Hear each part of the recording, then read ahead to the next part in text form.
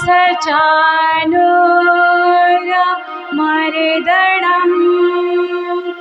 देवकी परमानन्दं कृष्णं वन्दे जगद्गुरुं कृष्णं वन्दे जगद्गुरुं सच्चिदानन्दरूपाय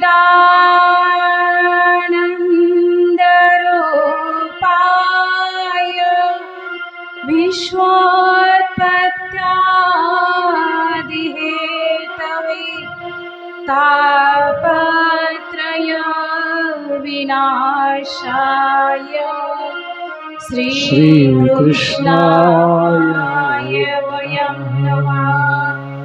श्रीकृष्णाय वयं नमः। करारविन्देन पदारविन्दं मुखारविन्दे विनिवेशयन्तं वटशपत्रश पुटेशयानं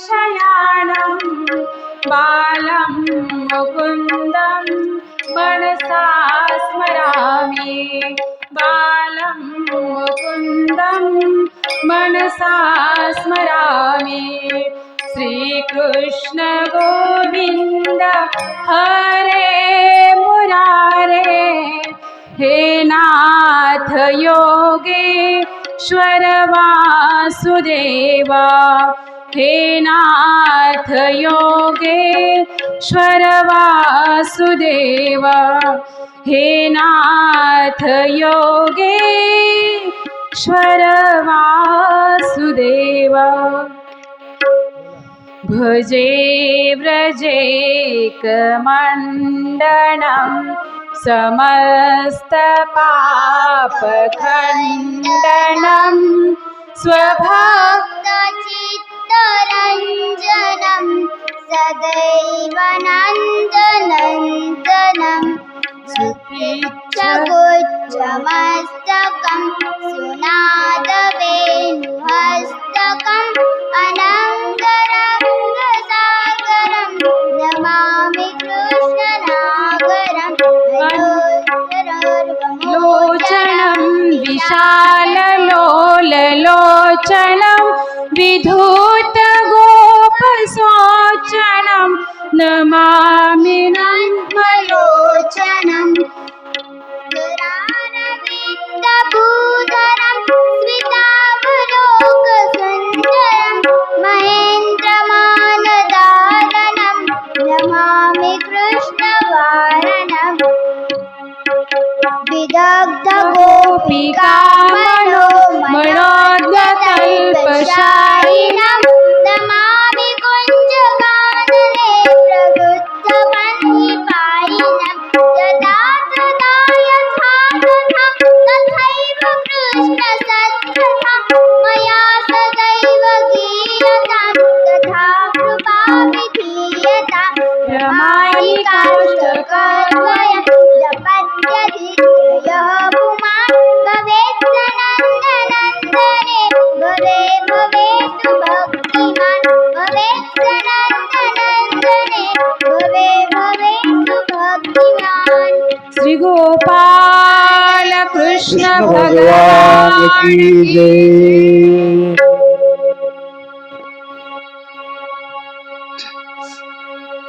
निराकारं नित्यमुक्तं पूर्णानन्दं निर्विकारं कैवल्यम् अव्यक्तम् अमूर्तम् अनन्दं निरामयं निरञ्जनं निरापेक्षं निरावलम्बं निशून्यं बुद्धानन्दं सर्वेश्वरं करुणाकरं करुणाकरं करुणाकरं भगवान श्री गोपाल कृष्ण महाराज की जय। प्रतिवर्षाप्रमाणे या ठिकाणी आपण आजही हा मंगलमय सोहळा श्रीमद भागवत कथा या कथेचं आयोजन नियोजन या ठिकाणी झालेलं आहे। तर या कार्यक्रमासाठी ज्या ज्या संतांची उपस्थिती लाभलेली आहे आणि सर्वांचे नाव मला माहिती नाहीत, तरीही जे जे संत दुरून आलेले आहेत त्या सर्वांचंच धन्यवाद। आणि या कार्यक्रमाचे अध्यक्ष उपस्थित नाहीत, तरी जे जे या कार्यक्रमामध्ये सहभागी आहेत, आयोजक नियोजक संयोजक आणि पूजनीय श्री किशोर दादा, की ज्यांनी हे अथक परिश्रमामधून हा सोहळा या ठिकाणी आपल्याला प्राप्त करून दिलेला आहे। पहा, कुठले तरी कार्य असल्यानंतर मंगल कार्य असो की मग एखादा सण असो, त्याचं नियोजन आपण पूर्वीच 2 दिवसापासून करायला सुरुवात करतो। घरामध्ये पीठ मीठ नसतं आणि तसंच हा कथा म्हणजे कुठलाही यज्ञ असो, कुठलाही सत्संग असो, त्याचं आयोजन नियोजन हे या बाबाजींनी अथक परिश्रमामधून एकटे असतानाही, गावापासून हा मंदिर थोडंसं अंतरावरती दूर आहे आणि परत गावामध्ये जाऊन प्रत्येक गावामध्ये फिरून हे खूप असं सुंदर असं नियोजन त्यांनी केलेले आहे। आणि या ठिकाणी ज्या तपस्विनी आलेले आहेत त्यांचेही धन्यवाद, त्यांनाही दंडवत प्रणाम। आणि आमचे सहवादक मंडळी जे हार्मोनियम वादक आहेत, पूजनीय श्री शिंदे मामा, तर सुरुवात अशी झाली की कथा करण्यासाठी त्यांनी मलाच उभं केलेलं आहे। त्यांचं बहुमोल सहकार्य मला लाभलेलं आहे, कारण की ते रोज कीर्तनामध्ये जात असत आणि ते आता मला म्हणत एका दिवशी म्हणले, ताई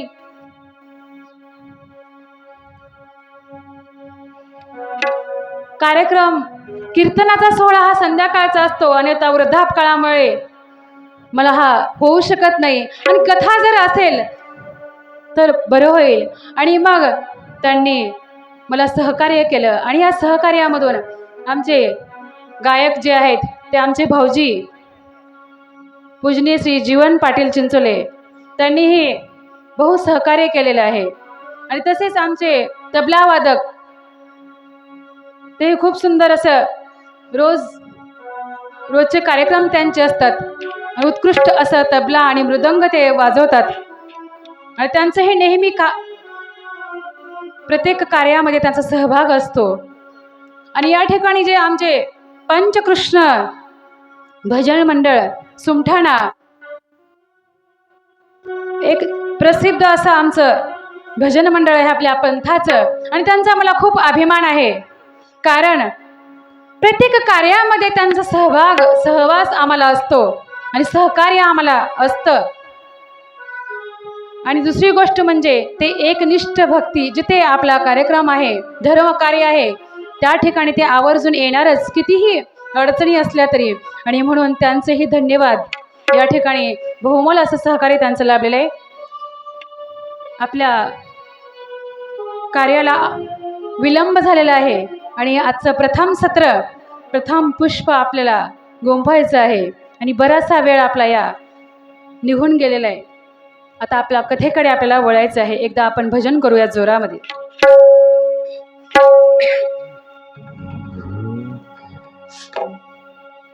श्री कृष्ण गोविंद हरे मुरारी, हे नाथ नारायण वासुदेवा। कृष्ण गोविंद हरे मुरारी, हे नाथ नारायण वासुदेवा श्री कृष्ण गोविंद हरे मुरारे हे नाथ नारायण वासुदेवा श्री कृष्ण गोविंद हरे मुरारे हे नाथ हे नाथ नारायण वासुदेवा हे नाथ नारायण वासुदेवा हे नाथ जगदीश्वर वासुदेवा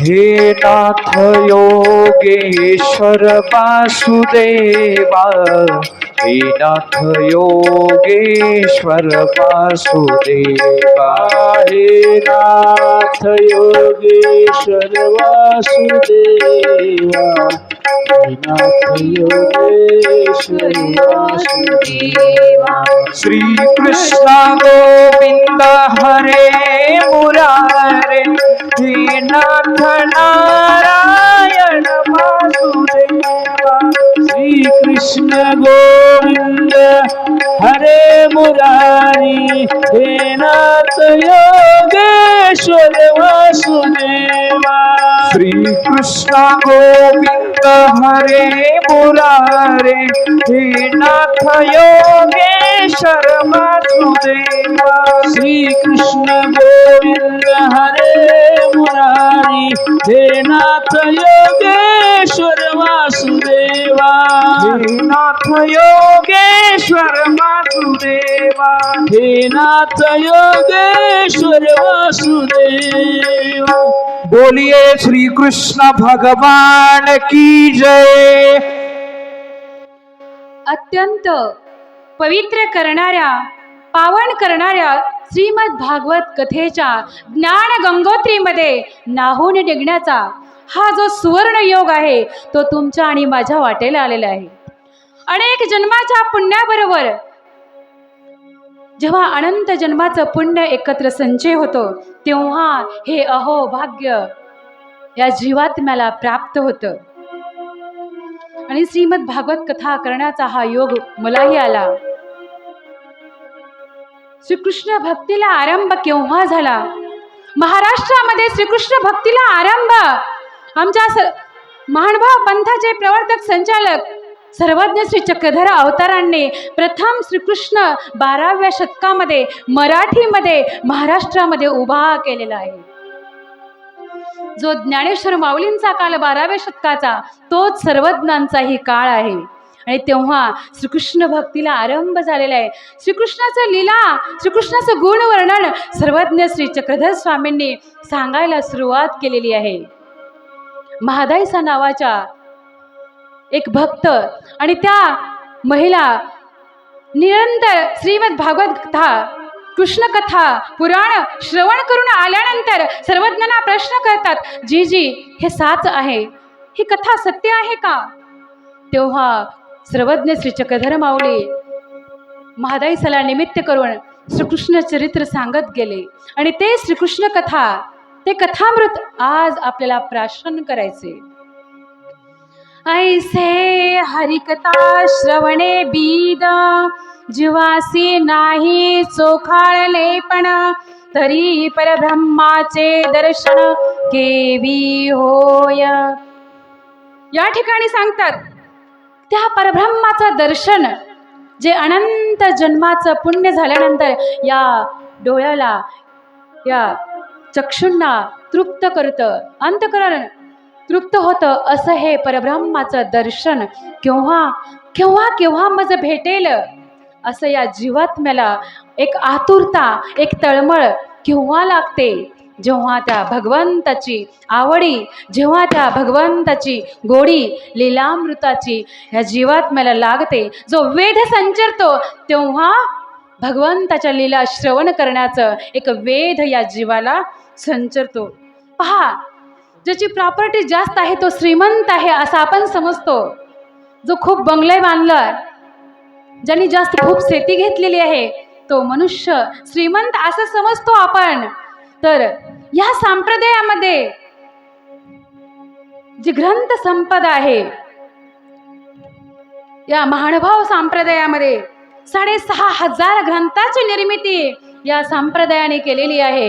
एवढा श्रीमंत हा पंथ आहे. एक नाही दोन नाही 6,500 ग्रंथ. ही आमची प्रॉपर्टी आहे, ही आमची संस्कृती आहे आणि ती आपण जोपासायची आहे आणि ती आमच्या मुलांपर्यंत पुढच्या पिढीपर्यंत आपल्याला पुढं पाठवायची आहे. आपण काय विचार करतो? आपल्या प्रॉपर्टीचे वारस आपला मुलगा झाला पाहिजे, आपली संतान झाली पाहिजे.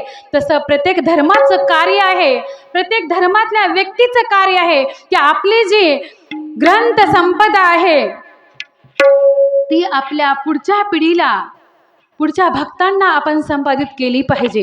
आणि ही या सत्संगाच्या निमित्तातून, या कथा श्रीमद भागवत कथेच्या निमित्ताने आपल्याला या भगवंताच्या ज्या लीला आहेत त्या या जीवापर्यंत पोहोचायच्या आहेत. प्रत्येक जीवापर्यंत हा परमेश्वर कळाला पाहिजे, प्रत्येक जीवाला या परमेश्वराचं ज्ञान समजलं पाहिजे. कारण या धावपळीच्या युगामध्ये, या विज्ञान युगामध्ये आपली पिढी देव विसरत चाललेली आहे आणि देव विज्ञान युगामुळे आपण देव मानायला तयार नाही. आणि म्हणून ही आपली कमतरता आहे, आपली कमजोरी आहे की आपण आपल्या मुलांना आपला धर्म, आपला देव समजावून सांगू शकत नाही. प्रत्येक शेतीचा वारस करतो, प्रॉपर्टीचा वारस करतो, घराचा बंगल्याचा वारस करतो. देहालाही मृत झाल्यानंतर पाणी टाकायला तोच लागतो, संतान लागते. परंतु धर्माचा वारस हा अत्यंत महत्त्वाचा आहे आणि हे या कथामृतातून आपल्याला आता श्रवण करायचं आहे. बूंद बनके रहोगे तो तुम में डूब जाओगे, बूंद बनके रहोगे तो तुम में डूब जाओगे, अगर सागर बनके रहोगे तो सागर कहलाओगे. आणि आपल्याला या समुद्रातला जर थेंब बनायचा असेल तर आपल्याला समुद्राची नामना प्राप्त होणार आहे. आणि म्हणून परमेश्वराची नामना आपल्याला प्राप्त करून घ्यायची आहे, भक्ताची नामना प्राप्त करायची आहे. तर या ज्ञान गंगोत्रीमध्ये आपल्याला एकदा नाहून निघायचं आहे. त्याशिवाय आपल्याला या भक्ताची किंवा नामना प्राप्त होणार नाही. कृष्णाचे होऊन आपल्याला जायचे, कृष्णमय आपल्याला होऊन जायचे आणि तो अनुभव आपल्याला या श्रीमद भागवत कथेमधून या 7 दिवसातून आपल्याला नक्कीच येणार. पहा, प्रथम सत्र हे थोडंसं कठीण वाटतं कारण या प्रथम सत्रामध्ये कथेचं महात्म्य सांगण्यात आलेलं आहे. थोडंसं कठीण वाटतं आपल्याला. प्रथम सत्र हे मंगलाचरण, ध्यान विधी आणि सप्ताह विधी आपल्याला श्रवण करायचं आहे. नंतर या कथेचे अधिकारी पुरुष कोण आहेत, ज्यांचा कथा श्रवण करण्याचा अधिकार आहे, पात्रता आहे, योग्यता आहे, त्या अधिकारी पुरुषांचं आपल्याला वर्णन पाहायचं आहे. नंतर आपल्याला कृष्ण जन्म पाहायचा आहे. नंतर बाललीला, असुरमर्दन, श्रीकृष्ण रुक्मिणी विवाह आणि सुदामा भेट, परीक्षितांचे प्रश्न आणि कलिधर्म, असे 7 दिवसामध्ये आपल्याला हा सप्ताह विधी आपल्याला पाहायचा आहे. पहा, सप्ताह विधी फूल, गंध, अक्षदा, नैवेद्य, षोडशोपचार पूजाविधी, आंब्याचे डहाळे, तांदूळ, केळी, गुळ, खोबरे, चौरंग अशा विविध प्रकारच्या या साहित्य या पूजेसाठी लागतं. आपल्याला सर्वांना हे माहिती असणं गरजेचं आहे. तर प्रतिवर्षी आपण हा सप्ताह करतो, परंतु पूजा साहित्य काय लागतं, सप्ताह विधी नेमका कशा पद्धतीचा आहे, प्रत्येक विधी आपल्याला माहिती असणं अत्यंत गरजेचं आहे.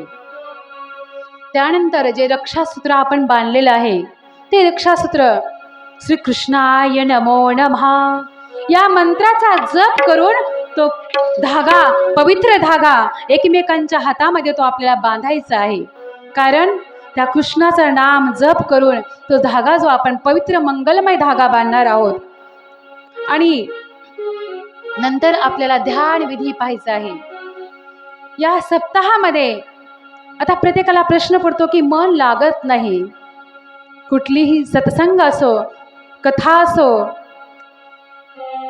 पोथी असो, त्या पोथीमध्ये बसल्यानंतर टाइमपास म्हणून कुठलीच कथा नसते, टाइमपास म्हणून कुठला कीर्तन नसतं. तर त्या ठिकाणी आपण भगवंताचा साक्षात्कार करण्यासाठी या ठिकाणी आपण एकत्रित झालेलो आहोत. तर तो साक्षात्कार कशाने होईल? तर एकाग्र चित्त हे अत्यंत महत्त्वाचं आहे. आणि ते एकाग्र चित्त होण्यासाठी आपल्याला अनेक उपाय या भागवत कथेमधून आपल्याला श्रवण करायचे आहेत. आता ध्यान विधू आपण थोडक्यात पाहूया. कृष्ण भगवंत गीतेमध्ये सांगतात, ज्ञानाध्यानम विशिष्यते. ज्ञान तर अत्यंत श्रेष्ठ आहे, ज्या ज्ञानामुळे आपल्याला मोक्ष प्राप्ती होणार आहे. परंतु त्यापेक्षा ध्यान हे श्रेष्ठ आहे, कारण त्या परमात्म्याचं, त्या भगवंताची प्राप्ती त्या स्मरणामुळे, त्या ध्यानामुळे होणार आहे. आणि म्हणून हा ध्यान विधी कस्तुरी तिलकम ललाटपटले वक्षस्थले कौस्तुभम नासाग्रे वर्मोस्तिकं करतले वेणुकरे कंकणम सर्वांगे हरिचंदनं सुरलितं कंठे च मुक्तावली गोपस्त्री परिवेष्टितो विजयते गोपाल चूडामणी. ज्यांच्या ललाट पटलावर कस्तुरीचा टिळा आहे, ज्यांच्या वक्षस्थळावरती कौस्तुभ मणी आहे, श्रीकरामध्ये वेणू आहे, या अधरावर ओठावरती सुंदर असा वेणू आहे, चंदनाचा तिलक आहे आणि गळ्यात वनपुष्पांच्या माळा आहेत, मोत्याच्या माळा आहेत आणि त्या सुंदर अशा कृष्ण भगवंताच्या मूर्तीचं आपल्याला ध्यान करता आलं पाहिजे. हे मूर्तीवर्णन, हे ध्यान आपल्याला माहिती असणं अत्यंत गरजेचं आहे. पहा, कथा महात्म्याकडे आता आपण वळणार आहोत. कारण कुठल्याही कार्याची सुरुवात करायची म्हणजे त्याचं महत्त्व आपल्याला जाणून घेणे हे अत्यंत गरजेचं आहे. आता ही कथा का महत्त्वाची आहे याचं महत्त्व आपण समजून घेऊया. पहा, आमच्या महिलांना, आमच्या माऊल्यांना आभूषणांची किंमत कळालेली आहे, सोन्याची किंमत कळालेली आहे. तो गळ्यातील दागिना असो, अलंकार असो, हातातील असो, कानातील असो, तो खूप सुंदर असा आपण जपून ठेवतो, लॉकरमध्ये ठेवतो, कपाटामध्ये, लॉकरमध्ये, त्याच्यामध्ये काहीतरी डब्बे असते, त्याच्यामध्ये आपण सुरक्षित असा ठेवतो. दूध तापत असतानाही आपण सांडू नये म्हणून त्याच्याकडे बारीक एक लक्ष देतो. का? त्या दुधाची किंमत कळालेली आहे, आभूषणांची किंमत कळालेली आहे. परंतु जोपर्यंत आपल्याला कथेची किंमत कळणार नाही, ती कथेची किंमत कळाली ना, मग तुम्ही कृष्णमय होऊन जाल, मन अंतकरण तृप्त होऊन जाईल. त्या कथेची किंमत, हे महत्त्व आपल्याला जाणून घ्यायचं आहे. नाहीतर काय होणार आहे? आंधळ्या हाती दिधले जैसे रत्नगा वायाची गेले. काय होतं? आंधळ्याच्या हाती कितीही बहुमोल हिरा असो की रत्न असो, ते दिल्यानंतर त्याला समजत नाही. काय समजणार आहे त्या आंधळ्याला? दिसू शकत नाही. बहुमोल हिरा आपल्याला कळत नाही. आणि म्हणून आपल्या अज्ञानी जीवाच्या हातामध्ये जर हे कृष्ण भगवंताची कथा आली, ग्रंथ आला, तर त्याचं महात्म्य आपल्याला समजणार नाही. आपण तो ग्रंथ घेऊ आणि कुठेतरी टाकून देऊ, देवघरामध्ये धूळ खात साचत पडलेला असणार. आपण कधी पाहिलेलंच नाही, उघडून पाहिलेलं नाही, त्याच्यामध्ये काय ज्ञान दिलेलं आहे हे पाहत नाही. आणि म्हणून एका कवीने खूप असं सुंदर वर्णन केलं आहे. असंख्यात कवी बेकार, जे वाणी ताती निरंतर, नित्य नूतन श्रीमद भागवत कथा. ही श्रीमद भागवत कथा ही नित्य नूतन आहे. पहा, एक मालिका जी तुमची आवडती असेल, एखादा मूवीज, एखादा पिक्चर तुमचा आवडता असेल, किती वेळेस पाहणार तुम्ही? एक वेळेस, 2 वेळेस, 3 वेळेस, 10 वेळेस. आवडती मालिका किती वेळेस पाहणार? 10 वेळेस पाहू, पण तुम्हाला बोर होऊन जाईल, कंटाळा येऊन जाईल. परंतु श्रीमद भागवत कथा अशी आहे, श्रीमद भगवत गीता अशी आहे की नित्य नूतन, नित्य नूतन आहे की जे जेव्हा जेव्हा आपण श्रवण करू तेव्हा त्याच्यातून एक वेगळाच आनंद ह्या जीवात्म्याला आलेला आहे. आणि म्हणून तो परमानंद आपल्या जीवात्म्याला प्राप्त होतो. 5000 वर्ष झाली या ग्रंथाला, 5000 वर्ष होऊन गेले श्रीमद भागवत कथेला आणि गीतेला, परंतु या कथेचा आणि गीतेचा महात्म्य कमी झालेला नाही.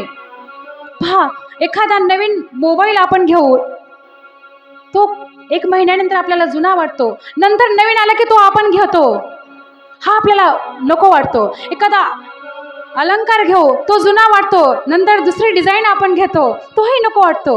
परंतु ही कथा अशी आहे की नित्य नूतन, 5000 वर्ष झाले परंतु नेहमी त्याची गोडी वाढत चाललेली आहे, कमी नाही. वरचे दिवसेंदिवस त्या भगवंताच्या लीलामृताची गोडी वाढत चाललेली आहे. अशी ही अत्यंत लीला गोड आणि अत्यंत अंतकरणाला, या मनाला तृप्त करून टाकणारी ही श्रीमद भागवत कथा आहे. म्हणून पिबत भागवत रस मलायम, या ठिकाणी सांगतात प्याला तर प्यायचा आहे, परंतु कशाचा? या श्रीमद भागवत कथेचा रसाचा प्याला आपल्याला प्यायचा आहे. आपण दुसरंच पाणी पित असतो. पाण्यामध्ये अनेक वेगवेगळे प्रकार आहेत.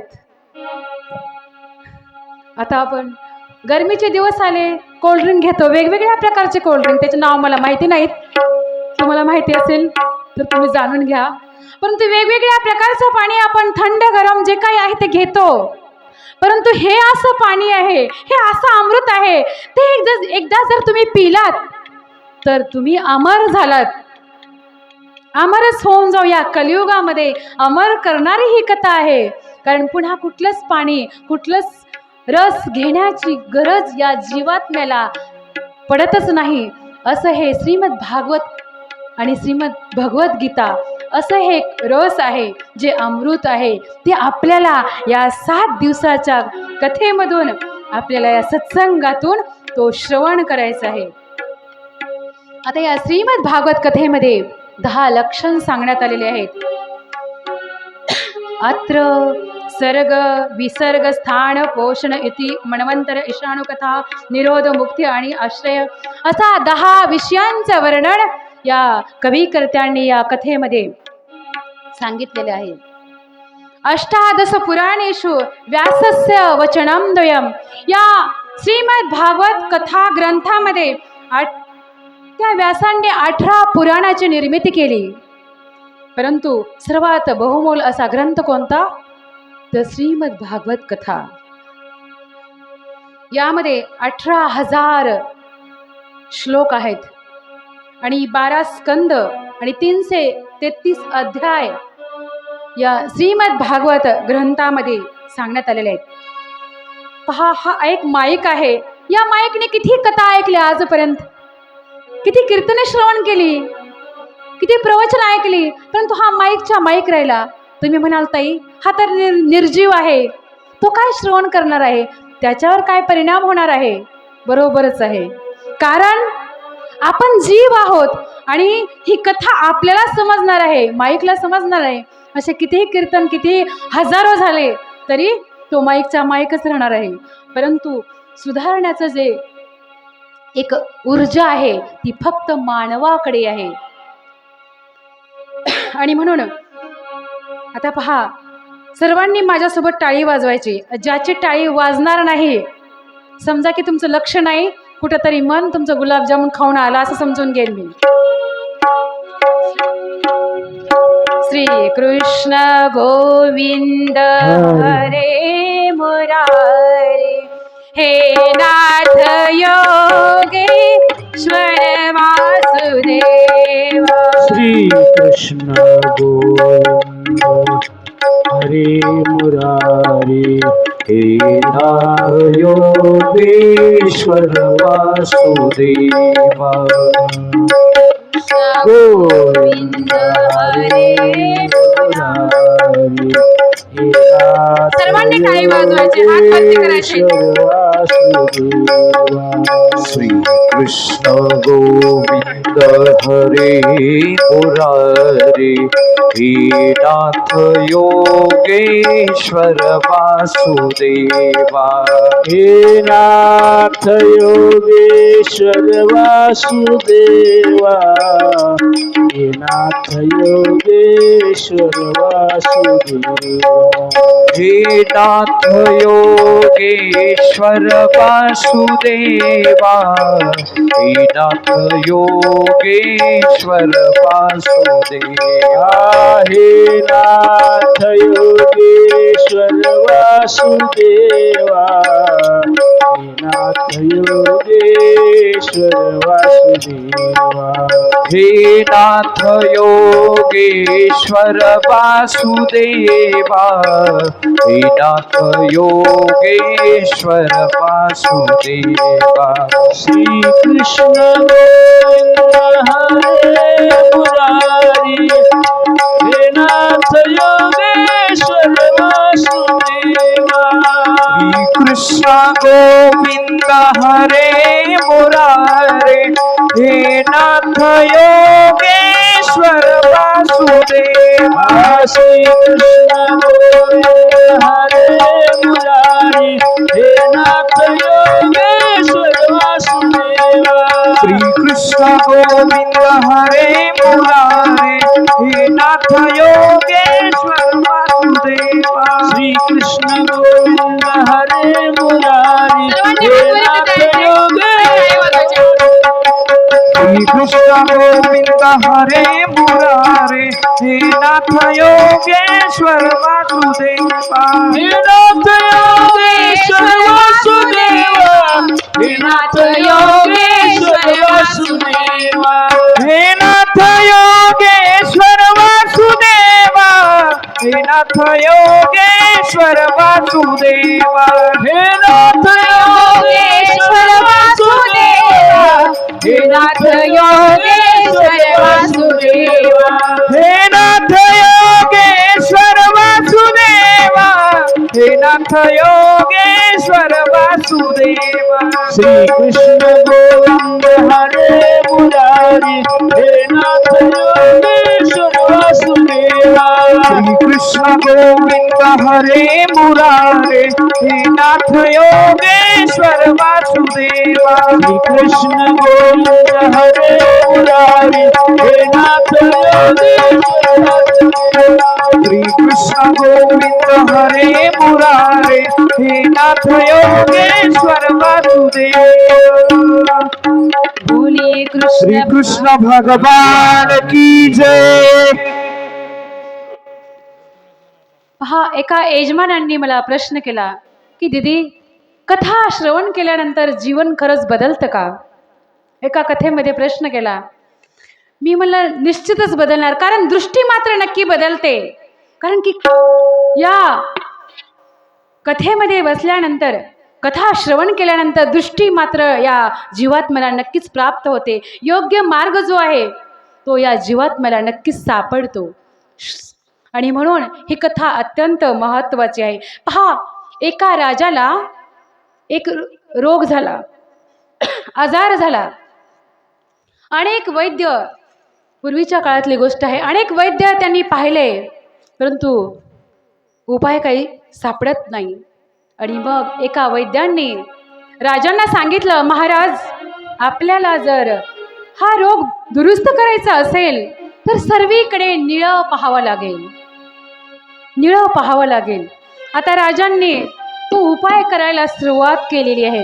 राजवाड्याला निळा रंग दिला, महाराण्यांना निळा रंग दिला, सर्व गावकऱ्यांना निळा रंग दिला, संपूर्ण राज्याला निळा रंग दिला, झाडांना, पशु पक्ष्यांना सर्वांनाच निळा रंग दिला.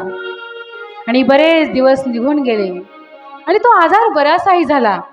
मग परत काही दिवसानंतर ते वैद्य त्या ठिकाणी आलेले आहेत आणि त्यांनी विचारलं, महाराज, रोग बरा झालेला दिसत आहे. महाराजांनी सांगितलं, हो, मग काय केला उपाय? आणि महाराज सांगतात, मी सगळीकडे निळा रंग दिला, सर्व राज्याला, सर्व राण्यांना सर्वीकडे निळा रंग दिला. वैद्याने सांगितलं, अरे वेड्या, जर तू निळा रंगाचा जर काच भिंग जर त्या चष्मा वापरला असता तर सर्वीकडे एवढा निळा रंग देण्याचा उठाठेव जो आहे तो करण्याची गरजच पडली नसती. आणि असंच आपलं चाललेलं आहे. आपण चुकीच्या ठिकाणी सुख शोधतोय आणि विनाकारण त्रस्तोय, परंतु सुख कुठं आहे? या जीवात्म्याला आनंद कुठे प्राप्त होणार आहे? आपण चुकीच्या दिशेने चालतोय. आणि म्हणून योग्य दिशेने चालण्यासाठी, योग्य दृष्टी प्राप्त करण्यासाठी या जीवात्म्याला ही श्रीमद भागवत कथा, कृष्ण लीलामृत हे श्रवण करण्याचं अत्यंत गरज आहे. आणि म्हणून अशा सत्संगाची, अशा भागवत कथेची, अशा कीर्तनाची या ठिकाणी गरज आहे. पहा, मन एव कारण बंधन, एका कवींनी खूप सुंदर असं म्हणलेलं आहे, एक मन एव कारण बंधन आणि मन एव कारण मुक्ती. मन हे एकच आहे आणि हेच मन आपल्याला बंधनातही टाकतं आणि हेच मन आपल्याला बंधनातून मुक्तही करू शकतं.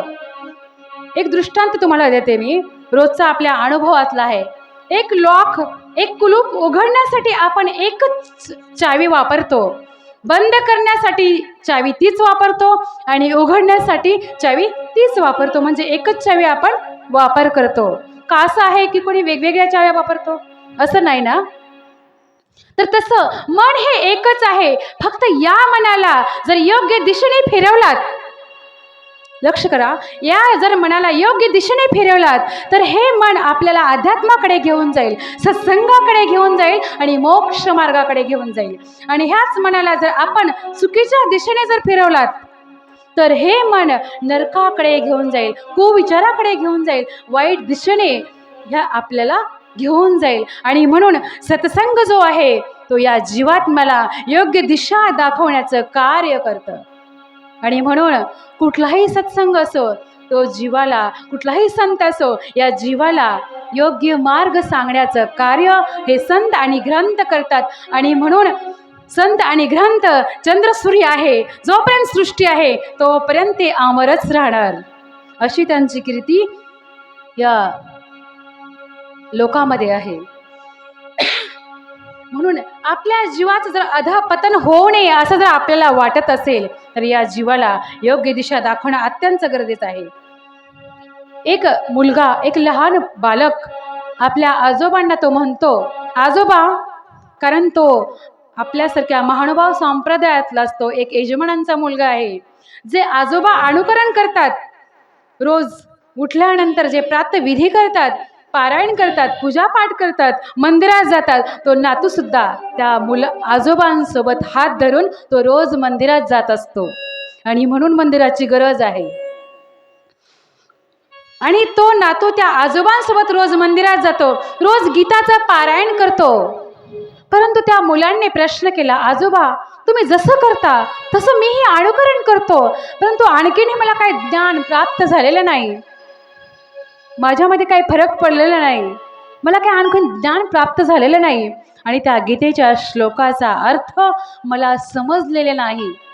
आणि मी तर तुमच्यासारखं उठतो, बसतो, ग्रंथ पकडतो, पूजा पाठ करतो, परंतु असं का? तेव्हा त्या आजोबांनी खूप सुंदर असं उत्तर त्या आपल्या नातवाला दिलेलं आहे. आजोबा त्या मुलाला घेऊन एका नदीच्या जवळ गेलेले आहेत. सांगितलं, बाळ, ही एक टोपली आहे, जी वेळूची गुंफलेली टोपली, ज्याच्यामधून पाणी आपोआप निघून जातं, अशी ती टोपली आहे. आणि ती टोपली घे आणि त्या नदीमध्ये बुडव, आणि बुडवला आणि असा यत्न करती पाणी माझ्यापर्यंत घेऊन ये. आजोबा खडकावरती बसलेले आहेत. आता हा मुलगा गेला, ती टोपली घेतलेली आहे, नदीमध्ये बुडवली, पाण्यामध्ये पाणी उचलतोय, परंतु ते पाणी आपोआप निघून जाते त्या छिद्रा वाटून. आणि परत आजोबापर्यंत येईपर्यंत ते पाणी थोडेही शिल्लक राहत नाही. असं एक वेळेस, दोन वेळेस, 10 वेळेस झालं, परंतु पाणी काही आजोबापर्यंत येऊ शकलं नाही. आता हा मुलगा कंटाळून गेलेला आहे. आजोबा, आता मला काही समजत नाही आणि विनाकारण मी यत्न करतोय, प्रयत्न करतोय, परंतु पाणी या टोपलीमध्ये साचत नाही आणि तुमच्यापर्यंत हे पाणी येत नाही, आता काय करायचं? आजोबांनी सांगितलं, बाळ, ही टोपली कोळशी ठेवलेली काळी कुठ्ठ झालेली टोपली आहे आणि तुला मी यासाठी सांगितली, तू प्रयत्न करतोयस, 10-15 वेळेस तू टोपली आणली, परंतु तू एका गोष्टीकडे दुर्लक्ष केलेलं आहे, एका गोष्टीकडे दुर्लक्ष केलेलं आहे. ही जी काळी कुट्ट असलेली टोपली 10-15 वेळेस पाण्याच्या सानिध्यामध्ये आल्यामुळं एकदम स्वच्छ झालेली आहे. एकदम आत्ताच मार्केटमधून आणली की काय अशी सुंदर आणि स्वच्छ ती टोपली झालेली आहे, काळी कुट्ट टोपली. तसंच या कथेमध्ये बसल्यानंतर, या यज्ञामध्ये बसल्यानंतर, या सत्संगामध्ये बसल्यानंतर आपल्या मनामध्ये जे काही राग, द्वेष, काम, क्रोध जे काही आहेत ते आपोआप स्वच्छ होऊन जाणार आहेत आणि हे मन शुद्ध होऊन जाईल. अशी एक स्टेप येऊन जाईल तर आपलं अंतकरण, आपलं मन, आपल्या घरातलं, संसारातले जे काही विचार आहेत ते आपोआप या पेंडॉलच्या बाहेर पडतील आणि तुम्ही एकदम एकाग्र व्हाल आणि तेव्हा ही कथा तुमच्या लक्षात निश्चितच राहणार आणि स्वच्छतेची प्रोसेस आपोआप सुरू होऊन जाईल. आणि म्हणून या कथेमध्ये आपल्याला बसण्याचं अत्यंत गरज आहे. आणखीन एक दृष्टांत मी तुम्हाला देईन. एक काम करा, घरी गेल्यानंतर 2 ग्लास घ्यायचे तुम्हाला. एका ग्लासामध्ये गढूळ पाणी घ्यायचंय आणि त्या गढूळ पाण्याचा ग्लास तुम्हाला एका हातात पकडायचा आहे आणि दुसऱ्या हातात जास्त पाणी घेऊन त्या ग्लासात ओतायचे. काय होईल? आणखीन पाणी ग्लास भरून जाईल. आणखीन टाकत राहा, टाकत राहा, टाकत राहा. पाणी पूर्णतः तो ग्लास सांडून जाईल. परंतु अशी एक स्टेप येऊन जाईल की त्याच्यातला जो गढूळपणा आहे तो पूर्णतः निघून जाईल आणि ती स्वच्छ होऊन जाईल. तसं या कथेमध्ये हे प्रथम सत्र आहे. या प्रथम सत्रामध्ये तुम्हाला कथा थोडीशी कठीण वाटेल, लक्षात राहणार नाही, परंतु ही स्वच्छतेची प्रोसेस आपोआप सुरू होऊन चाललेली आहे. आणि 7 दिवस होईपर्यंत जे मनात तुमच्या निगेटिव्ह ऊर्जा आहे, जे राग, द्वेष, काम, क्रोध जे आहे, जे काही घरातलं टेन्शन आहे ते आपोआप दूर होऊन जाईल आणि आपल्याला संपूर्ण श्रीकृष्ण भागवत कथा आपल्या लक्षामध्ये निश्चितच राहणार. आता आपण थोडक्यातच कथेला सुरुवात करत आहोत आणि कथेकडे वळत आहोत. आणि म्हणून या सत्संगाचं अत्यंत महात्म्य आहे, या कथेचं महात्म्य आहे. आणि म्हणून एका संतांनी म्हणलेलं आहे, संतों के संग लागो रे तेरी बिगड़ी बनेगी.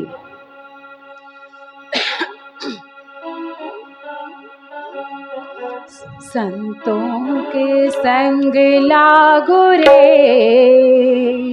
तेरी बिगड़ी बनेगी. संतों के संग लागो रे तेरी बिगड़ी बनेगी. संतों के संग लागो रे तेरी बिगड़ी बनेगी. संतों के संग लागो रे तेरी बिगड़ी बनेगी. बिगड़ी बनेगी तेरी अच्छी बनेगी. बिगड़ी बनेगी तेरी अच्छी बनेगी. संतों के जय हो. संतों के संग लागो रे तेरी बिगड़ी बनेगी. संतों के संग लागो रे तेरी बिगड़ी बनेगी. संतों के संग लागो रे तेरी बिगड़ी बनेगी. संतों के संग लागो रे तेरी बिगड़ी बनेगी. बिगड़ी बनेगी तेरी अच्छी बनेगी. बिगड़ी बनेगी तेरी अच्छी बनेगी. बिगड़ी बनेगी तेरी अच्छी बनेगी. बिगड़ी बनेगी तेरी अच्छी बनेगी. संतों के संग लागो रे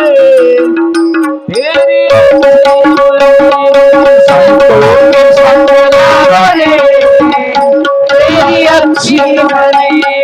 संतों के संग लागो रे तेरी अच्छी बनेगी. संतों के संग लागो रे तेरी अच्छी बनेगी. संतों के संग लागो रे तेरी अच्छी बनेगी। बोलिए श्री कृष्ण भगवान की जय। बोलिए श्री कृष्ण भगवान की जय। बोलिए श्री कृष्ण भगवान की जय। प्रीति ही शौनक चित्ते इतो वचनी विनाचाय सर्व सिद्धांत निष्पन्नम संसार भयनाशनम। निसर्ग सौंदर्यांनी नटलेल्या, फळा फुलांनी बहरलेल्या नैमिषारण्य नावाच्या अरण्यामध्ये अगदी संतपणे वाहणारी नदी पयोष्णी नावाची नदी, आणि या पयोष्णी नदीच्या प्रसन्न तीरावरती आकाशात झेपणारे उंच उंच गगनचुंबित वृक्ष, आणि या ठिकाणी प्रसन्न असा पाण्याचा मंजूळ आवाज, पक्ष्यांचा चिवचिवाट, कोकिळेचा कुकू, आणि असं सुंदर असं रम्य प्रसन्न आनंदमयी हे वातावरण। डेरेदार सावलीमध्ये हजारो ऋषी मुनींचे समुदाय एकत्रित जमलेले आहेत, आणि त्या ठिकाणी अगदी जीवनाचा प्रत्येक श्वास ओतण्याचा प्रयत्न ते करतात, यत्न करतात। तपश्चर्या ध्यान साधण्यासाठी त्या नैमिषारण्यामध्ये अनेक ऋषीगणांची मांदियाळी जमलेली आहे, आणि ही सर्व ऋषी मुनींची मांदियाळी ज्या ठिकाणी जमलेली आहे त्या ठिकाणी एक सुंदर दिव्य असे एक ऋषी, त्यांचं आगमन त्या ठिकाणी झालेलं आहे। झप झप पावलं टाकत त्या ठिकाणी ते ऋषी आलेले आहेत। कपाळावरती भस्म लावलेलं आहे, हातामध्ये कमंडलू त्यांनी घेतलेलं आहे, दुसऱ्या हातामध्ये एक दंडक घेतलेला आहे, आणि हे ऋषी उंच लंबेपुरे यांचं आगमन त्या ठिकाणी झालं, आणि हजारो ऋषींची मांदियाळी त्या ऋषीकडे पाहतायत, आणि सर्वजण उभे राहिलेले आहेत त्यांच्या स्वागतासाठी। हे सर्व ऋषी त्या ठिकाणी उभे आहेत, दिव्य तेजस्वी त्यांची मूर्त पाहून सर्वांचं लक्ष अगदी केंद्रित झालेलं आहे। त्या ऋषींचं नाव आहे सूत ऋषी, आणि हे सूत नावाचे ऋषी या ठिकाणी आले, आणि त्या ऋषीमधून एक शौनक नावाचे मुनी समोर आलेले आहेत, आणि त्या सूत मुनींना त्यांनी प्रणाम केलेला आहे आणि प्रार्थना केली, आणि त्यांना एक आसन दगडाचं त्या ठिकाणी स्वच्छ करेल त्यांना बसण्यास विनंती केलेली आहे। त्या सूत मुनींना त्या आसनावरती बसवलेलं आहे, आणि सर्व ऋषीगण त्या सूत मुनींचं चरण प्रक्षालन करत आहेत, आणि असं चरण प्रक्षालन करून सर्व ऋषीमुनी त्या ठिकाणी समस्त समोर बसलेले आहे। हा सर्व समुदाय बसलेला आहे, आणि हे शौनक मुनी त्या ऋषींना प्रश्न करत आहेत, मुनीवर अशी एक कथा, असं काहीतरी आम्हाला श्रवण करवा की जे हजारो वर्षांपासून जे आमचं अंतकरण अतृप्त आहे ते तृप्त होऊन जाईल, असं काहीतरी आम्हाला श्रवण करवा, जे मन तृप्त होऊन जाईल, अंतकरण तृप्त होऊन जाईल। तेव्हा त्या सूत मुनींनी या ऋषीगणांना ही श्रीकृष्णमय भागवत कथा सांगायला सुरुवात केलेली आहे, आणि सर्व समुदाय त्या ठिकाणी एकदम स्तब्ध शांत चित्ताने ही कृष्ण कथा ऐकण्यासाठी त्या ठिकाणी बसलेले आहेत। सर्वजणांनी प्रणाम केलेला आहे, दंडवत प्रणाम करून त्या कथेला विनत कंदर होऊन प्रार्थना करतायत, हे ऋषीगण त्या भगवंताची कथा आम्हाला श्रवण करवणार आहात, अनेक जन्मोजन्मीचं पुण्य आम्हाला लाभणार आहे, अंतकरण तृप्त होऊन जाईल, मन तृप्त होऊन जाईल। खूप अतुरता या दृष्टीला, या डोळ्याला, या अंतकरणाला त्या भगवंताची लागलेली आहे।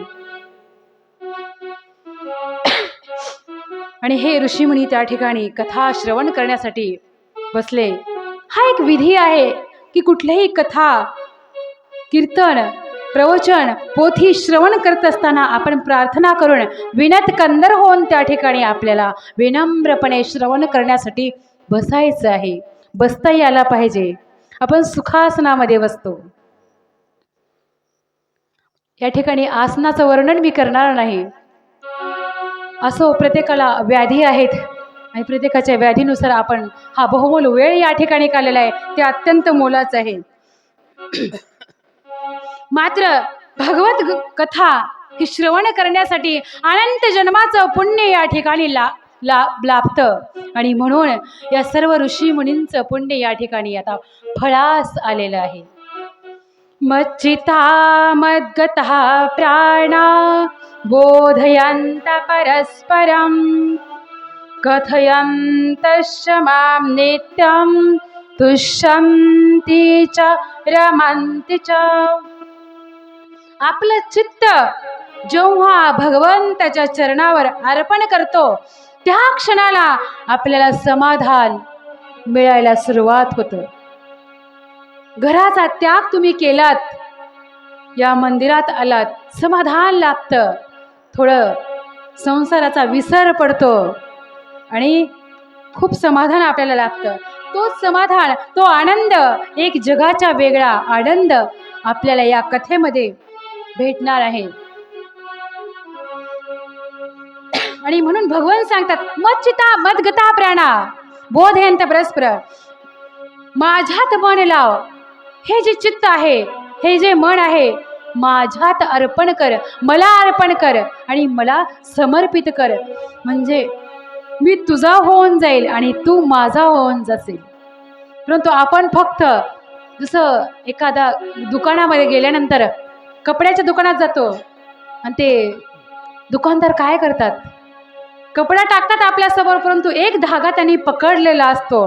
तसं आपलं चाललेलं आहे. संसारात आहोत, कपडा तर आपण इथे टाकलेला आहे, परंतु एक धागा मात्र हा मोहाचा, हा बंधनाचा धागा, हा संसाराचा धागा आपण सोडत नाही, तो पकडलेला आहे. आणि म्हणून पूर्णतः समाधान जे आहे ते आपल्याला या ठिकाणी आल्यानंतर सुद्धा भेटत नाही.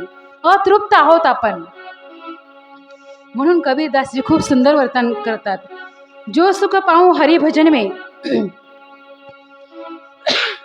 जो सुख पाऊं हरि भजन में, जो सुख पाऊं हरि भजन में, ओ सुख नाही अमीरी में, मन लागा मेरो यार फकीरी में, मन लागा मेरो यार फकीरी में. आणि म्हणून या ठिकाणी कबीरदासजी सांगतात की जे सुख या कथेमध्ये आहे, जे श्रवणामध्ये आहे, ते सुख कुठंच नाही, ते समाधान अन्य ठिकाणी आपल्याला भेटू शकत नाही. आणि म्हणून हे सुख जर आपल्याला, समाधान जर आपल्या चित्तामध्ये, आपल्या मनामध्ये जर भेटायचं असेल तर ते फक्त भगवंताच्या कथेमध्ये, कीर्तनामध्ये आहे. आणि म्हणून सांगतात संसार भयनाशनम. ही कथा कशी आहे? या संसाराचं जे भय आहे, जे दुःख आहे, ते नासून टाकणारी ही कथा आहे. आणि म्हणून आपल्याला जो लाभ आहे तो कोणता होणार आहे? तो भगवंताच्या प्राप्तीचा लाभ होणार आहे, ज्ञान प्राप्तीचा लाभ होणार आहे.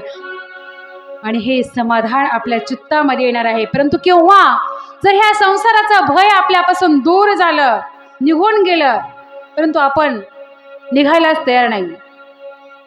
एकदा अकबरांनी बिरबलाची परीक्षा घ्यावी म्हणून एक रेष ओढली, एक पेन्सिल घेऊन रेष ओढली आणि अकबराला बिरबलाला जवळ बोलवलं आहे आणि बिरबलाला सांगितलं, या रेषेला स्पर्श न करता, या रेषेला न खोडता ही रेषा थोडीशी मोठी करून दाखव. बिरबल मात्र खूप चतुर आणि विद्वान होता. त्याने दुसरी पेन्सिल घेतली, त्या रेषेला स्पर्श न करता आणि न पुसता त्याने दुसरी रेष त्याच्यापेक्षा थोडीशी मोठी ओढली आणि ती रेष लहान केलेली आहे. तसं ही रेष, या दुःखाची रेष, या कर्माची रेष आपल्याला लहान करता आली पाहिजे. आणि ती होते, परंतु आपण या अध्यात्माची जर आपण रेष मोठी ओढली तर, ही रेष आपल्याला मोठी करायची आहे. या सत्संगामध्ये बसून हे ज्ञान श्रवण करून आपल्याला अध्यात्माची रेष जर मोठी केलं तर निश्चितच हे संसाराची या दुःखाची रेष बारीक होऊन जाईल. आपोआपच आपल्या चित्तामध्ये एक समाधान आपल्याला भेटून जाईल. आता या ठिकाणी सूत मुनींनी शौनकाला कथा सांगायला सुरुवात केलेली आहे. हजारो ऋषींची मांदियाळी शब्द या ठिकाणी एकाग्रचित्त करून कान बसलेले आहेत. सूत मुनी त्या ठिकाणी सांगतात, बद्री, नारायण, क्षत्री, चारही ऋषी, सनक, सनंदन, सनत मुनी, हे चौघे भाऊ या ठिकाणी आलेले आहेत. आणि त्या कथेमध्ये त्यांनी सांगायला सुरुवात केलेली आहे. नारदांना पाहिलं त्यांनी सनंदांनी, आणि ते म्हणतात, मुनिवर आपण उदास का आहात? ऋषी मुनींना या प्रश्न केलेला आहे. हे मुनिवर आपण उदास का आहात? या सनकादिकांनी असा प्रश्न केलेला आहे. नारद मुनींनी सांगायला सुरुवात केली, पुष्कर, प्रयाग, गया, काशी, गोदावरी, हरिद्वार अनेक तीर्थ पर्यटन केले, फिरलेले आहेत, परंतु कुठेच या मनाला, या चित्ताला समाधान लाभलेलं नाही. कुरुक्षेत्र, हरिद्वार सर्वीकडे मी भ्रमण केलेलं आहे, फिरलो, परंतु कुठेच माझ्या मनाला शांती लागत नाही. असं का होतंय? तेव्हा नारद मुनींनी एक आश्चर्य त्या ठिकाणी त्यांना सांगितलेले आहे की एक तरुण स्त्री मात्र तरुण आहे आणि तिचे 2 मुलं आहेत आणि ते मुलं वृद्ध आहेत. आश्चर्याची गोष्ट मी पाहिली, आई तरुण आहे आणि मुलं वृद्ध आहेत, आणि त्या आईचं नाव आहे भक्ती, आणि ती मुलं म्हणजे ज्ञान आणि वैराग्य. आणि हे ज्ञान वैराग्य वृद्ध झालेले आहेत आणि आई मात्र तरुणी आहे. असं मी आश्चर्य पाहिलं आणि त्यामुळे माझं मन थोडं उद्विग्न झालेलं आहे, मला समाधान लाभत नाही. असं मुनींनी त्या ठिकाणी या सनकादिकांना प्रश्न केलेला आहे.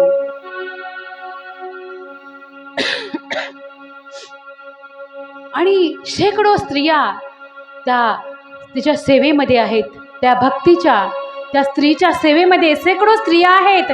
त्या आहेत, त्या नद्या आहेत, गोदावरी, नर्मदा, यमुना, मोठ्या मोठ्या नद्या स्त्री रूपाने तिची सेवा करतात एवढी, परंतु तिला समाधान नाही. आपल्याकडे तसं होतं, खूप प्रॉपर्टी कमवतो आपण, 1 नाही 10 नाही 50 एकर वावर घेतो, शेती घेतो, 1 मजला 2 मजला 3 मजला 4था मजला 5वा मजला, परंतु समाधान नाही, संतान नाही, आणि असली तरी व्यसनी आहे. अशा अनेक प्रकारच्या दुःखामध्ये आपण पडलेलो आहे. असाच प्रकारचं दुःख त्या भक्तीला सुद्धा लाभलेलं आहे की जी माझी संतान आहे, हे ज्ञान आणि वैराग्य हे वृद्ध झालेले आहेत. आणि हे नारद मुनी त्या सनकादिकांना सांगतात, काय करायचं, याचं उत्तर काय? या प्रश्नाचं उत्तर मी शोधतो आहे, परंतु मला या प्रश्नाचं उत्तर काय भेटत नाही, असं नारद मुनी त्या ठिकाणी सांगतायत. त्या भक्तीला विचारण्यात आलं, भक्तीने आपलं संपूर्ण दुःख नारद मुनींना श्रवण केलेलं आहे. आता ती सांगायला सुरुवात केलेली आहे, माझा जन्म द्राविड देशामध्ये माझा जन्म झाला आणि कर्नाटकामध्ये मी वाढलेली आहे आणि काही ठिकाणी मला सन्मान प्राप्त झाला, परंतु गुजरातमध्ये मात्र मला वृद्धापकाळाने घेरलेलं आहे. आता काळ आल्यानंतर अशी अवस्था झाली, मी चालता फिरता येत नाही आणि माझे मुलं वृद्ध आणि मी मात्र थोडीशी सशक्त आहे आणि मुलं मात्र अशक्त आहेत. अशी परिस्थिती माझ्या समोर आलेली आहे. असं दुःख त्या भक्ती देवीनी नारद मुनीला सांगितलेलं आहे.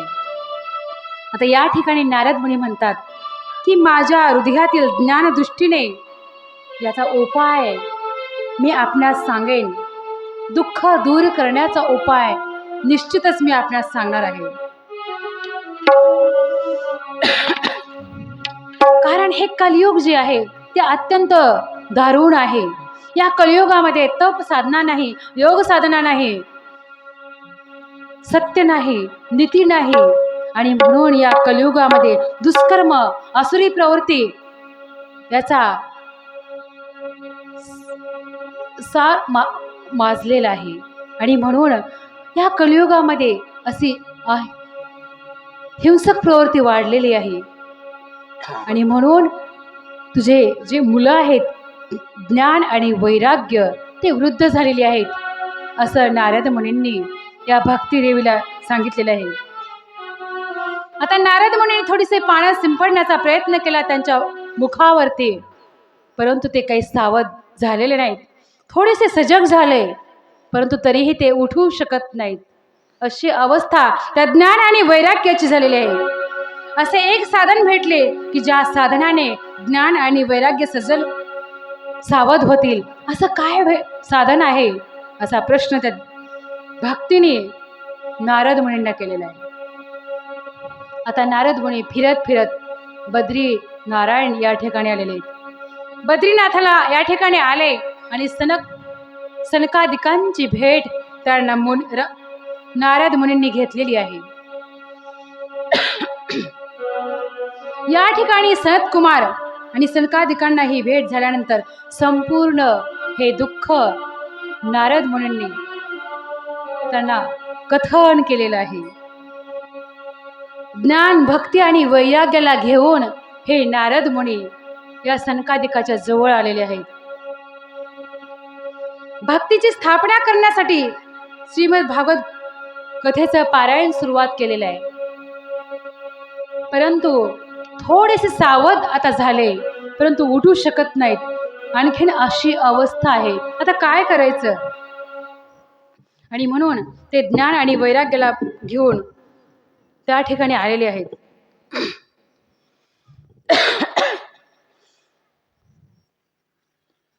सनकादिकांनी मुनिवर, आपण विवेकी आहात, चतुर आहात, ज्ञानी आहात, आणि आता आपण या हरिद्वारामध्ये सर्वांनी या हरिद्वारामध्ये जायचंय. आणि हरिद्वारमध्ये या तिघांना घेऊन जर तुम्ही श्रीमद भागवत कथा श्रवण केलात तर निश्चितच हे ज्ञान आणि वैराग्य सावध होतील आणि सजग होतील.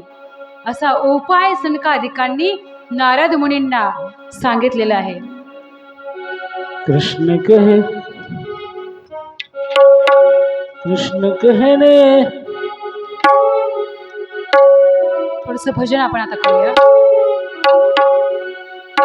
कृष्ण कहने से तर जाएगा, पार भव से उतर जाएगा. कृष्ण कहने से तर जाएगा, पार भव से उतर जाएगा. कृष्ण कहने से तर जाएगा, पार भव से उतर जाएगा. कृष्ण कहने से तर जाएगा, पार भव से उतर जाएगा.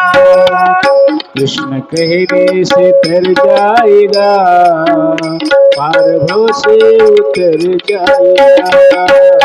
कृष्ण कहने से तर जाएगा, पार भव से उतर जाएगा.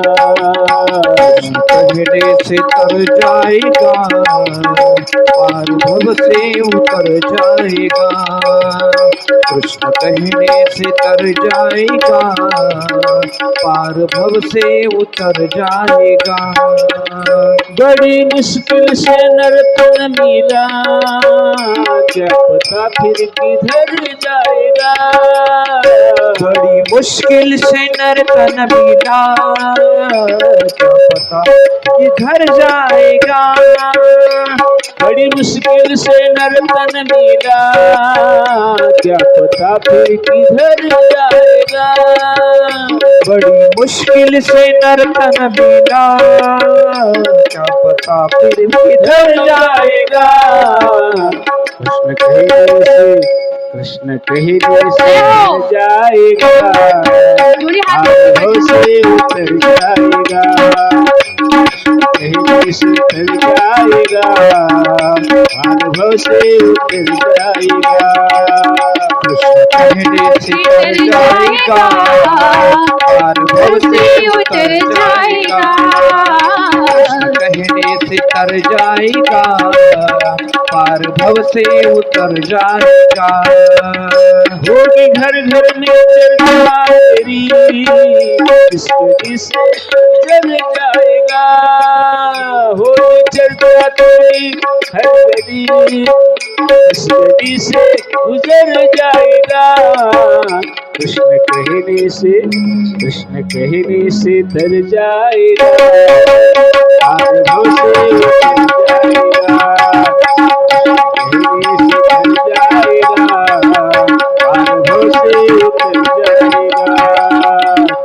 कहने से तर जाएगा, अनुभव से उतर जाएगा। कृष्ण कहने से तर जाएगा, अनुभव से उतर जाएगा।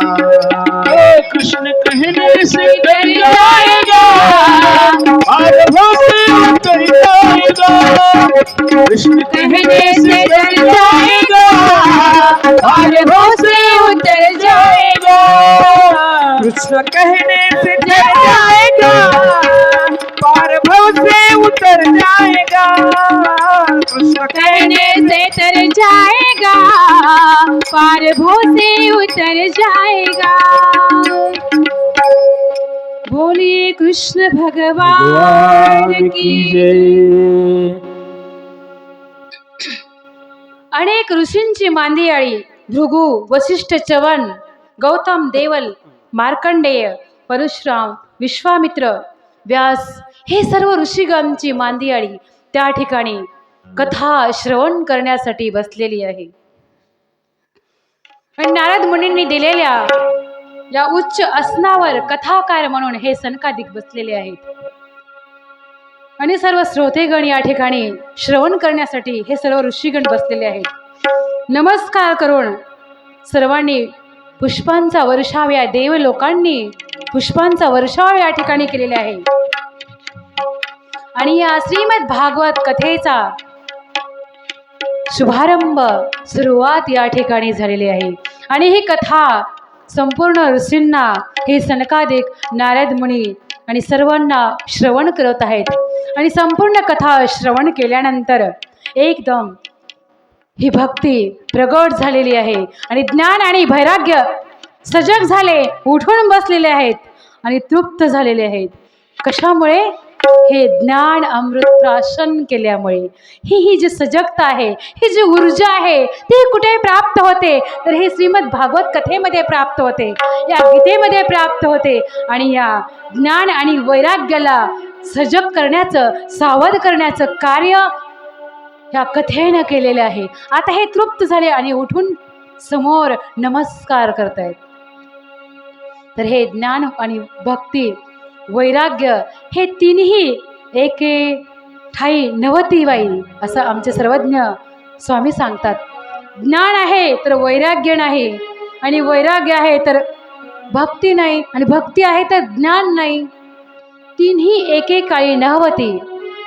कुणाकडे ज्ञान भक्ती आहे, कुणाकडे वैराग्य नाही, कुणाकडे वैराग्य ज्ञान आहे तर कुणाकडे भक्ती नाही. आणि ज्याकडे तिन्ही आहे, ज्ञान भक्ती आणि वैराग्य, तो मनुष्य निश्चितच मोक्ष पदाला जाणारच, गॅरंटी आहे. आणि आता या ठिकाणी ज्ञान आणि वैराग्य सजग झाले. आणि म्हणून सजगता हटी तो दुर्घटना घटी. आपण पाहिलेलं आहे ना, स्टॉप कुठे कुठे लिहिलेलं असतं असं, सजगता हटी तो दुर्घटना घटी. म्हणजे आपण सजग असायचे, जीवनामध्ये संसारामध्ये सावधच असायचे. प्रत्येक ठिकाणी सावधान असे बोर्ड लागलेले असतात, परंतु माणसं मात्र सावधान होत नाहीत. जिथे सावधान लिहिलेलं आहे तिथून आपण गाडी क्रॉस करून समोर घेऊन जातो आणि दरीमध्ये जाते गाडी. असे अनेक प्रसंग आपल्याला पाहायला भेटत आहेत. संसार सुरुवात होत असताना विवाह सोहळ्यामध्ये सावधान म्हणण्यात येतं, तो एक सावधान आहे. आणि संसाराच्या या चक्रामध्ये हा पडणार, म्हणून सावधान तिथं म्हणलं जातं. म्हणून सजगता हाती. आणि हे सजगता प्राप्त करण्यासाठी एकच ऊर्जा आहे, एकच पॉवर आहे, ती म्हणजे हे ज्ञानाची, ह्या लीलामृताची. तर या ठिकाणी आता ज्ञान आणि भक्ती वैराग्याचं वर्णन आपण श्रवण केलेलं आहे. आता आपण गोकर्ण कथा आपण थोडक्यात आख्यान पाहणार आहोत. कारण आपल्याला प्रथम सत्राला सुरुवात करण्याचा विलंब झालेला आहे, वेळ झालेला आहे. तरीही आपण ज्या ज्या कथा प्रथम सत्रामध्ये घ्यायला पाहिजे त्या आपण घेतच आहोत आणि घेणारच आहोत. कुठलीच कथा आपण सोडायची नाही. कारण की एवढा अथक परिश्रम करून या बुवाजींनी या ठिकाणी हे सुंदर असं नियोजन केलेलं आहे. आणि आपणही आपल्या संसाराचा, आपल्या घराचा त्याग करून गावापासून दूर असलेलं मंदिर, परंतु आपण कथा श्रवण करण्यासाठी या ठिकाणी आलेले आहात. आणि माझंही कर्तव्य आहे की प्रत्येक कथा आपल्याला श्रवण करवणं. आणि म्हणून आपण आता गोकर्ण कथा आपण पाहूया. तुंगभद्रा नदीच्या काठावरती एक खूप असं सुंदर शहर वसवलेलं आहे. आणि त्या शहरामध्ये एक सत्पुरुष राहत होते. त्यांचं नाव आहे आत्मदेव. आणि आत्मदेव नावाचे ब्राह्मण त्या ठिकाणी राहत होते. आणि खूप सुंदर असा त्यांचा संसार सुरू होता. पत्नीही होती सदाचारी, परंतु कितीही दुराचारी, पापी, वाम मार्गाने जाणारा असुदा, परंतु या कथेच्या सप्ताहामध्ये आल्यानंतर प्रत्येक मनुष्य हा पवित्र होऊन जातो. कारण हे ज्ञान गंगोत्री आहे. आणि म्हणून ही कथा या पापाला पुरस्चरण करणारी आहे. पापाचा हा मल दूर नाशणारी आहे, नाश करणारी आहे. याच्यावरती आमचे सर्वज्ञ श्री चक्रधर स्वामी एक सुंदर असा दृष्टांत देतात. चंदनाचा दृष्टांत. चंदनाची जवळिके, आरी, बोरी, वेळी, वेळू, टांकळी अनेक वृक्ष असतात, परंतु वेळू मात्र त्या चंदनाकडे वेधला जात नाही. सर्व वृक्षाला त्या चंदनाचा परिमळ जो आहे, जो सुगंध आहे, तो प्राप्त होतो, परंतु वेळू त्याला सुगंध येत नाही. तसं कितीही दुराचारी मनुष्य असला, कितीही, तरी या कथेमध्ये आल्यानंतर सदाचारी होऊन जातो. असं नाही की वेळूचा सुद्धा उद्धार केलेला आमच्या कृष्ण प्रभूंनी. जो वेळू चंदनाच्या दृष्टांतामध्ये याचा तो सुगंध परिमळ जो आहे तो घेत नाही, प्राप्त करत नाही, परंतु कृष्ण प्रभूंनी त्या वेळूचा सुद्धा उद्धार केलेला आहे. कारण जो टाकून दिलेली वस्तू आहे, ज्याच्यामध्ये कसलाच गुण नाही, त्याला सुद्धा आपण एक ऊर्जा प्राप्त करून त्याला सुद्धा योग्य करू शकतो. ही पॉवर जी आहे त्या कृष्ण भगवंतांनी करून दाखवलेली आहे. आमच्या सर्वज्ञ श्री चक्रधर माऊली सुद्धा, जे आचार्य आमच्या पंथाचे, जे सप्त व्यसनी असलेले आचार्य, त्यांना सुद्धा पंथाचे आचार्य करवलेले आहे. ही ऊर्जा प्रत्येका अंतरात आहे. प्रत्येक जीवात्म्याकडे ही ऊर्जा आहे, परंतु तिला फक्त विकसित करायचे, त्या सद्गुणाला विकसित करायचे. आणि हे कार्य भगवंत करतात, हे कार्य संत करतात, हे कार्य ग्रंथ करतात. आणि हेच आपल्याला आता या कथेतून श्रवण करायचं आहे. तर त्या आत्मदेवा, त्याचा खूप असा सुंदर संसार होता, परंतु एकच दुःख त्यांच्या मनाला होतं, एकच सल त्यांच्या मनाला होती.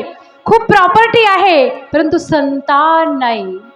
संतान नसेल तर त्या प्रॉपर्टीला काही अर्थ नाही, शून्य जीवन आहे. असं त्या आत्मदेवाचंही चाललेलं आहे. खूप प्रॉपर्टी आहे, खूप द्रव्य आहे, पत्नीही चांगली आहे, परंतु संतान नाही. आणि नाही, बरेच वर्ष झाले संतान नाही. आणि ज्या त्यांच्याकडे जे काही वृक्ष होते, जे काही पशु होते, त्यांना सुद्धा संतान नव्हती, वृक्षांना सुद्धा फळे लागत नव्हती. असं विचित्रच त्या ठिकाणी घडत होतं. आणि त्या आत्मदेवाचं मन उद्विग्न झालेलं आहे, उदास झालेलं आहे. आता काय करायचं, उपाय काय करायचा? पहा, संसारामध्ये आपण सुद्धा उपाय शोधतो, सुखाच्या मागे आपण धावतो. कशात सुख भेटेल, काहीतरी उपाय आपण करू की जेणेकरून आपल्याला पुत्र प्राप्ती होईल. मग या देवाचे नवस, त्या देवाचे नवस, इकडे वारी, इकडे खेटिया करतच राहतो आपस. त्याप्रमाणे आत्मदेवाने सुद्धा आता उपाय करायला सुरुवात केलेली आहे. आणि एक महाराज, एक सत्पुरुष त्या गावामध्ये आलेले आहेत. त्यांनी पाहिलं की एक सत्पुरुष त्या ठिकाणी आलेले आहेत. आणि वनामध्ये असंच गेल्यानंतर त्या सत्पुरुषांची भेट झालेली आहे. अनेक सत्पुरुषांची भेट झाली, परंतु कुठलाच उपाय त्यांना सापडलेला नाही. आता एक सत्पुरुष असे भेटले की ते खरोखरच विद्वान, तपस्वी आणि योगी होते. आणि त्यांची भेट झाल्यानंतर त्यांनी त्यांच्या मनातील, अंतःकरणातील जे दुःख आहे ते जाणलेलं आहे. आणि मग मात्र ते त्या आत्मदेवाला विचारतात, काय दुःख आहे ते मला समजलेलं आहे. आत्मदेवाने विनंती केलेली आहे, महाराज मला संतान नाही, काही करा, परंतु मला वारस हवा आहे, संतान हवी आहे. आता त्या सत्पुरुषांनी एक दिव्य असं फळ जे आहे ते फळ आपल्या झोळीमधून काढलेलं आहे आणि त्या आत्मदेवाला हातात दिलेलं आहे. ते फळ घेऊन आत्मदेव धावत पळत आलेले आहेत. घरी आले, खूप आनंद झालेला आहे. आपल्या पत्नीच्या हातामध्ये ते फळ टेकवलेलं आहे, परंतु पत्नीला मात्र आनंद झाला नाही, दुःख वाटायला लागलेले. कारण तिला या गोष्टीचा सर्व दुःख वाटत होतं, त्रास वाटत होता. जे मूल राहणार, 9 दिवसाचा गर्भ राहणार आणि विनाकारण या देहाला यातना होणार, अन्न वर्ज्य करावं लागेल, बरेच दिवस आपल्याला घरामध्ये राहावं लागेल. आणि हे काय कटकटी, उपोषण करायचं, वेगवेगळ्या प्रकारच्या आहारावर नियंत्रण करायचं, आसनावरती नियंत्रण करायचं, सर्व ह्या गोष्टीचा तिला राग आलेला आहे. आणि अशी ती पत्नी थोडीशी वेगळीच होती, परंतु आत्मदेव मात्र सत्पुरुष होते. आता आत्मदेवाने तिला फळ दिलं, परंतु त्या स्त्रीने काही फळ घेतलं, परंतु तिने उपाय शोधायला सुरुवात केली. आता काय करायचं, आणि मला तर मूल हवंय, परंतु फळ तर खायचं नाही, आता काय करायचं. आणि म्हणून तिने ते फळ, जे तिच्याकडे पशु, एक गाय होती, त्या गायीला तिने चारलेलं आहे.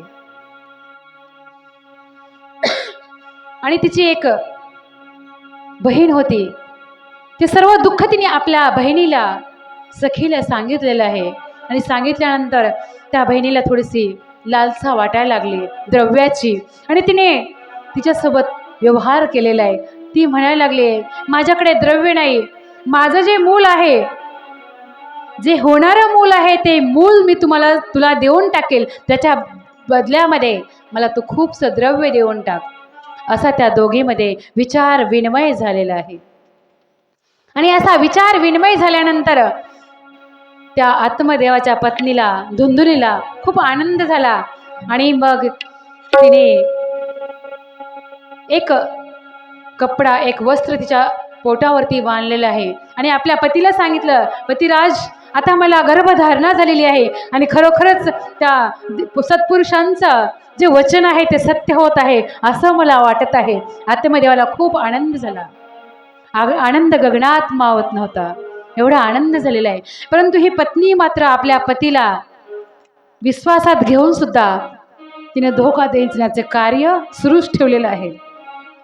आणि असं चालत असताना 1 महिना, 2 महिना, 3 महिने असे महिने दिवसेंदिवस उलटत चाललेले आहेत. आणि हिने मात्र आपल्या बहिणीचा सहारा घेतलेला आहे. इकडे बहीण ही, तिलाही 4, 7, 8 महिने होत आलेले आहेत आणि हिने आपल्या पतीला सांगितलं की मलाही आता 9 महिने होत आले आणि माझ्या बहिणीला सुद्धा 9 महिने होत आलेले आहेत. आता असं करतो आम्ही की दोघींचं बाळंतपण एकाच ठिकाणी करू. अशा प्रकारे त्या ठिकाणी ती आपल्या बहिणीकडे गेलेली आहे. आणि मग मात्र हिचं जे बाळ झालेलं आहे, जन्माला आलं, आणि हिने मात्र सांगितलं की माझं जे मूल जन्माला आलं ते मृत बालक जन्माला आलेलं आहे. विद्रूप जन्माला आले आणि ते मृत होतं. आणि म्हणून आपल्या पतिराजांना सांगितलं. आता मात्र आतमध्ये उदास झाले. आणि इकडे बहिणीला खूप सुंदर असं मूल झालेलं आहे. आणि त्याच दिवशी ज्या गाईला हिने ते फळ चारलेलं होतं त्या गाईला सुद्धा एक दिव्य असं मूल जन्माला आलेलं आहे. पशु असूनही मनुष्याकृती मूल जन्माला आलं आणि त्याचे कान मात्र गाईचे आहेत. गाईचे कान असल्यामुळे त्याला गोकर्ण असं नाव ठेवण्यात आलेलं आहे. त्याचं नाव गोकर्ण ठेवण्यात आलं. आणि हिच्या बहिणीचं जे मूल आहे तिने आपल्या ओटीमध्ये घेतलेलं आहे आणि माझं बाळ आहे असं सांगून आपल्या पतींची समजूत काढलेली आहे. आणि आता मात्र तिला खूप असं द्रव्य देऊन त्या बहिणीची समजूत काढली आणि ती बहीणसुद्धा हिच्याकडे राहायला आलेली आहे. अशा प्रकारचा यांचा सुखाचा संसार या ठिकाणी आता चाललेला आहे. दिवसेंदिवस चालत गेले, वाढत चाललेले आहेत. आता मुलं थोडी मोठीशी होत आलेली आहेत. गोकर्ण आणि ह्या धुंदलीचा हा दुसरा मुलगा हा सुद्धा आता वाढत चाललेला आहे. दोन्हीही सोबतच वाढत चाललेली आहेत. मुलं मोठी होत आली. आता मात्र गोकर्ण खूप विद्वान निघालेले आहे. सत्पुरुष, ज्ञानी आणि विद्वान असा हा गोकर्ण. आणि बरेच दिवस झाले एक संन्यासी महात्मे त्यांना भेटलेले आहेत. आता या गोकर्णाचं नाव ठेवण्यात आलं, परंतु त्या नावासारखं त्यांनी आपलं आचरण सुद्धा सुरू ठेवलेलं आहे. जे माता पित्यांची सेवा करणं, माता पित्यांचा आदर करणं हे गोकर्ण सहजरित्या करत होता. परंतु हा जो मुलगा आहे तो मात्र थोडासा दुराचारी निघालेला आहे. पती आपल्या आई वडिलांना शिवीगाळ करणे, अपशब्द बोलणे, अशा प्रकारचा व्यवहार या मुलाचं चाललेलं आहे. आणि बरेच दिवस झाले या मुलाच्या त्रासाने आई खूप दुःखी झालेली आहे. आई खूप दुःखी झाली आणि त्या आईने, त्या मातेने आपला देह त्याग केला. एका विहिरीमध्ये आपला देह टाकून दिला आणि तिने प्राण त्याग केलेला आहे. तुम्ही म्हणाल की फक्त कलियुगातच असं घडतं, असं नाही. पूर्वीही असं घडत होतं आणि ज्या वेळेस असं घडत आलेलं आहे ते कलियुगच आहे. कारण की जेव्हा जेव्हा आपली मुलं आसुरी प्रवृत्तीची जन्माला येतात तेव्हा कलियुग आलं असं समजून जावं. आणि आता या मुलाने अत्याचार करायला सुरुवात केलेली आहे आणि या अत्याचारातून आपली आई देहत्याग केली आणि पिता मात्र जे आत्मदेव आहेत ते सुद्धा तीर्थाटन करण्यासाठी निघून गेलेले आहेत. गोकर्ण हे आता आपला तीर्थाटन करत वाराणसी, काशी, द्वारका करत गोकर्ण हे निघून गेले. इकडे मात्र याचा जो मुलगा आहे त्यांनी अनेक वेश्यांचा संग केलेला आहे. अनेक वेश्यांचा संग केला. त्याचं नाव होतं धुंदुकारी. नाव धुंदुकारी का ठेवण्यात आलं? कारण की त्याला या व्यसनाची धुंद चढलेली होती आणि म्हणून त्याचं नावच धुंदुकारी. आणि त्यांनी मात्र 5 स्त्रियांशी संग केलेला आहे. आपल्या शरीरामध्ये सुद्धा 5 इंद्रिय आहेत आणि ज्या पुरुषांनी या पंचेंद्रियावरती विजय मिळवलेला आहे त्यांनी मोक्ष प्राप्त करून घेतलेला आहे. परंतु जो या पंच इंद्रियाच्या अधीन झाला तसा हा आत्मदेव इंद्रियाच्या अधीन झाला आणि त्या वेश्येच्या सुद्धा अधीन झालेला आहे. आणि दिवसेंदिवस तो दरोडे करायला लागला, चोरी करायला लागलेला आहे आणि त्या संपूर्ण द्रव्य आणून त्या स्त्रियांच्या हातात द्यायला लागलेला आहे. आता त्या स्त्रियांनी असाच अत्याचार सुरुवात ठेवलेला आहे. लूटमार चालू केली. त्या धुंदुकारीला परत दुसऱ्या दिवशी द्रव्य आणण्यास सांगायचं आणि द्रव्य आणून आपल्या हातात घ्यायचं असा क्रम त्यांचा दिनक्रम त्यांचा सुरूच चाललेला ठेवलेला आहे. एक दिवस असा झालेला आहे, पिता नाहीत, बंधू नाही, आई नाही, आणि इकडे मात्र या धुंदुकाराने व्यसनामध्ये गुरफटलेलं आहे, मद्यपान प्राशन केलेलं आहे. धूतं च मध्यं च पिशितं च वेश्या पापार्थ चौर्यं परदार सेवा. हे सप्त व्यसन जे आहेत, मद्यपान, चोरी, परस्त्री गमन, हे असे सप्त व्यसनामध्ये हा धुंदुकारी आता सामील झालेला आहे. आणि म्हणून या ज्या वेश्या आहेत, या स्त्रिया आहेत, त्यांनी या धुंदुकारीला आता एक दिवस सांगितलं की खूप द्रव्य आम्हाला आणून द्यायचंय, द्रव्य जर नाही आणून दिलं तर आम्ही तुला जिवंत ठेवणार नाही, अशी धमकी द्यायला सुरुवात केलेली आहे.